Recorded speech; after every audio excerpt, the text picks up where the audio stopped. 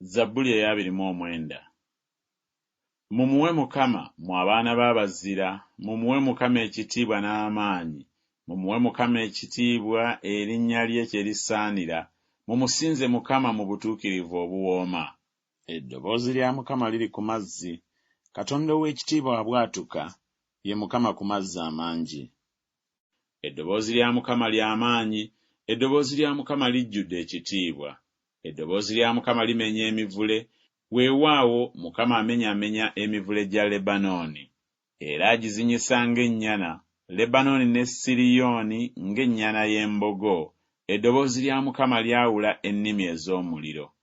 Eddoboozi lya Mukama likankanya eddungu, Mukama akankanya eddungu lya Kadesi. Eddoboozi lya Mukama lizaaza empeewo, era likunkumulira ddala amabira, era mu yeekaalu ye buli kintu kyogera nti ekitiibwa. Mukama yatuula nga kabaka ku mataba, weewaawo Mukama atuula nga kabaka emirembe gyonna. Mukama aliwa amaanyi abantu be, Mukama omukisa gw'aliwa abantu be gye mirembe.